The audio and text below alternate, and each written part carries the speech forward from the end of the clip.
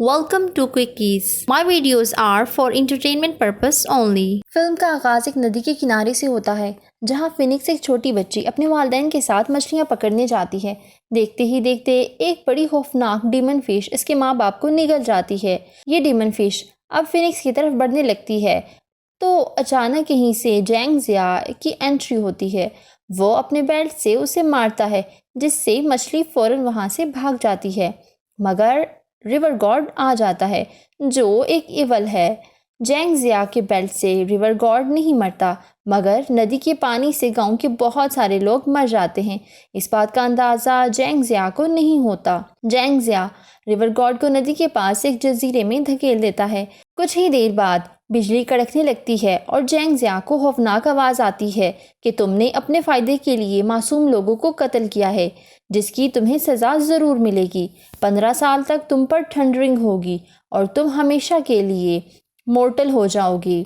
अब 15 साल बाद का टाइम दिखाया जाता है। फिनिक्स जवान हो चुकी है और पहाड़ी पर जड़ी बूटियां इकट्ठी कर रही होती है कि अचानक आसमान से एक आग का गोला ज़मीन की तरफ तेज़ी से आता है। फिनिक्स देखती है कि यहाँ तो कोई आदमी है जो बहुत ही बुरी हालत में है। वो उसे बेहोशी की हालत में अपने घर ले आती है। गांव में रॉकी नाम का एक लड़का है जो फिनिक्स को बहुत पसंद करता है। वो अपने दोस्तों के साथ इसके घर में झांक कर देखता है तो फिनिक्स के बेड पर एक आदमी को लेटा देखता है।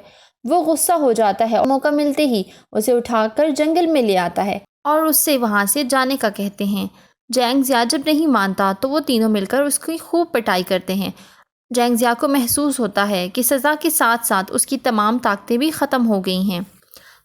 अब रात का मंजर दिखाया जाता है जहां वो खुद को बेबस महसूस करता है और अपनी बीवी को याद करता है जो कि इमॉर्टल थी और फिनिक्स की हमशक्ल थी।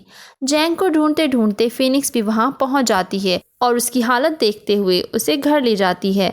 आगे हम देखते हैं कि गांव की एक औरत को डीमन फिश निगल लेती है। गांव के लोग औरत की मौत की वजह जैंग को ठहराते हैं और जैंग को उठाकर नदी में फेंक देते हैं। डीमन फिश जैंग पर हमला करती है तो जैंग उसके सर पर बैठ जाता है। वो डीमन फिश उसे उठाकर बाहर फेंक देती है और गांव के बाकी लोगों पर हमला करने लगती है। सब लोग भाग जाते हैं मगर एक छोटी बच्ची वहां गिर जाती है। अब डीमन फिश उस बच्ची को खाने लगती है तो फिनिक्स उसे बचाने के लिए पकड़ लेती है, लेकिन डीमन फिश बहुत पावरफुल थी। अब वो दोनों उसके मुंह में जाने ही वाली होती हैं कि जैंग फिनिक्स को पांव से पकड़ लेता है और गांव वाले हर तरफ से डीमन पर हमला करने लगते हैं। यूं डीमन फिश उन्हें छोड़कर भाग जाती है। गांव के लोग जैंग का बहुत शुक्रिया अदा करते हैं कि उसने इन दोनों की जान बचाई। जैंग ये सब सुनकर अब बस गांव छोड़कर जा ही रहा होता है कि अचानक वहाँ एक ओल्ड मैन नमोदार होता है जो कहता है, मैंने तुम लोगों को बहुत ज़रूरी बात बतानी है। लेकिन कोई भी उस बूढ़े की बात नहीं सुनता और सब उसकी पिटाई लगा देते हैं। जैंग जिया ये हलचल देखकर वहां आ जाता है और सब लोगों को बताता है कि ये कोई शैतान नहीं है बल्कि ये अर्थ गॉड है। ये सुनकर सब लोग अपने किए पर बहुत शर्मिंदा होते हैं और माफ़ी मांगते हैं।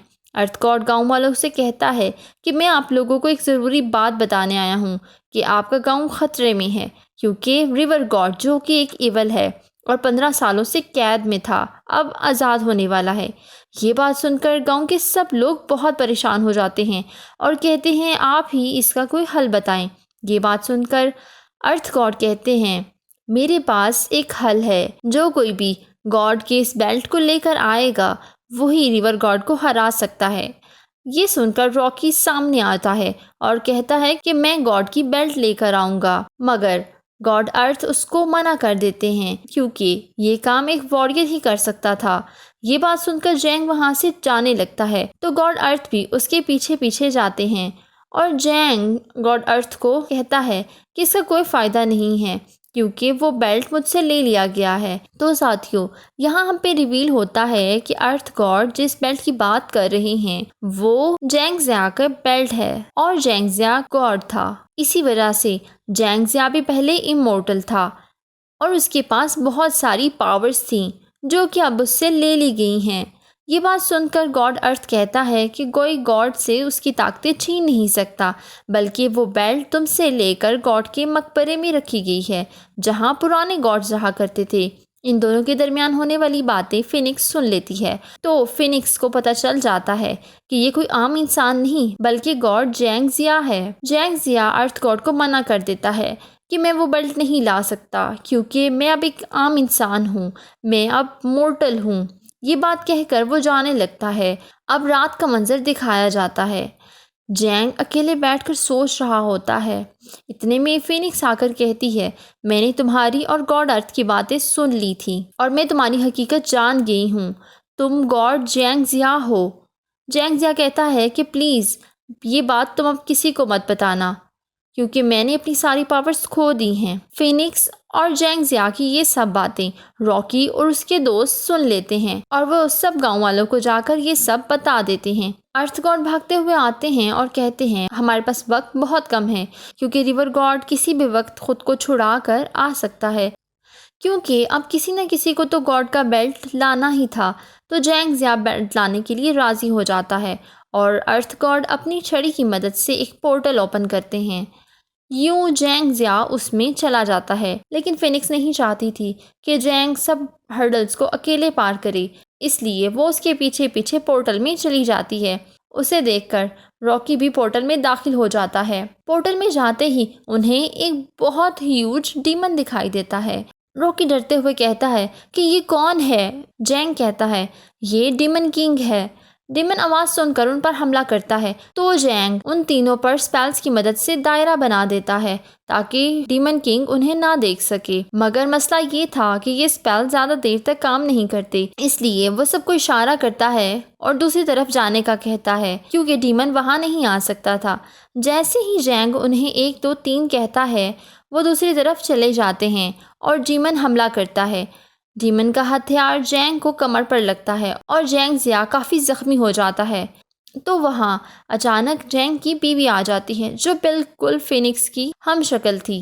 वो फिनिक्स से कहती है कि अगर तुम जैंग की जान बचाना चाहती हो तो तुम्हें अपना ब्लड इसमें ट्रांसफ़र करना होगा और ब्लड ट्रांसफ़र करने के लिए वो फिनिक्स की मदद करती है। थोड़ी देर बाद जब जैंग जिया को होश आता है तो वो कहता है, मैं पहले से बहुत अच्छा महसूस कर रहा हूँ और कहता है, बताओ फिनिक्स तुमने ये सब कैसे किया। रॉकी बताने ही लगता है तो फिनिक्स उसकी बात काट कर कहती है, छोड़ो, हमें उस बेल्ट के बारे में सोचना चाहिए जो हम यहाँ लेने आए हैं। उधर गांव में अर्थ गॉड और गांव के लोग डीमन फिश से मुकाबला कर रहे होते हैं और उसे पकड़ने की कोशिश कर रहे होते हैं। उधर वो तीनों गॉड के मकबरे में पहुंच जाते हैं जहां एक बड़ा सा स्कल्पचर होता है।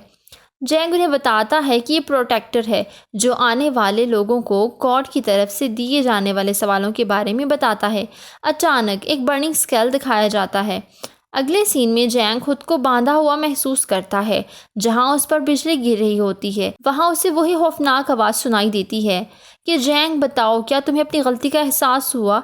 जैंग जिया कहता है कि जब मैंने कोई गलती की ही नहीं तो मुझे किस चीज़ का एहसास हो। अब वो 15 साल पहले उसी दिन में आ जाता है जहां उसकी और रिवर गॉड की लड़ाई हुई थी और गांव के बहुत से लोग मर गए थे। तब जैंग को अपनी गलती का एहसास होता है, लेकिन अचानक जैंग जिया दोबारा उसी प्रोटेक्टर के सामने आ जाता है। तभी वो बेल्ट उसके सामने आता है। बर्निंग स्कल उससे कहता है, तुम्हें गांव वालों की लाइफ या बेल्ट में से कोई एक चीज़ चूज़ करना होगी।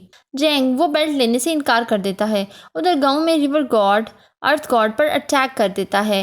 रिवर गॉड अर्थ गॉड को मारने ही वाला होता है कि जैंग जिया आ जाता है और थोड़ी बहुत ताकत के साथ उसका सामना करता है। अब रिवर गॉड जैंग जिया को मारने के लिए अपना रॉड फेंकता है तो फिनिक्स जैंग को बचाने के लिए उसके सामने आ जाती है और वो रॉड फिनिक्स के आर पार हो जाता है। वो मरते हुए जैंग को कहती है कि तुम मुझे पहले दिन से ही बहुत पसंद थे। ये कहते ही फिनिक्स जैंग जिया की गोद में दम तोड़ देती है। रिवर गॉड दोबारा जैंग पर अटैक करता है। अचानक आसमान से एक आग का गोला आता है जो जैंग का बेल्ट होता है। वो रिवर गॉड को दूर जाके फेंकता है। जैंग जिया गाँव वालों को बचाने के लिए रिवर गॉड को हेल में ले जाता है जहाँ वो दोनों काफ़ी देर तक एक दूसरे से लड़ते रहते हैं, लेकिन जैंग रिवर गॉड का रॉड तोड़ देता है और उसे मारने ही वाला होता है मगर रुक जाता है।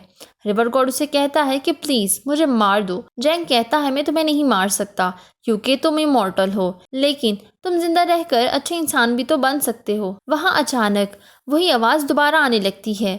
वो आवाज़ होती है मेन गॉड की। जैंग जिया और रिवर गॉड उसके आगे झुक जाते हैं। मेन गॉड जैंग से कहते हैं कि तुम मेरे इम्तिहान में पास हो गए, तुमने लालच नहीं किया और अब ये बेल्ट तुम्हारा है। लेकिन जैंग बेल्ट लेने से इनकार कर देता है, ये कहकर मैं आम इंसानों की तरह गांव में रहना चाहता हूँ। साथ ही रिवर गॉड गायब हो जाता है। अब कुछ टाइम बाद का सीन दिखाया जाता है। जैंग जिया नदी के किनारे बैठकर मछलियाँ पकड़ रहा होता है तो 3 सोल्जर्स आते हैं और उसे कहते हैं कि हमारा किंग तुम्हें बुला रहा है। अगर तुम आराम से हमारे साथ नहीं चलते तो मजबूरन हमें तुम्हारे साथ लड़ाई करनी होगी। ये सुनकर जैंग जिया मुस्कुराता है और इसके साथ ही फिल्म एंड हो जाती है। Please don't forget to subscribe, follow my social handles. Thank you for watching.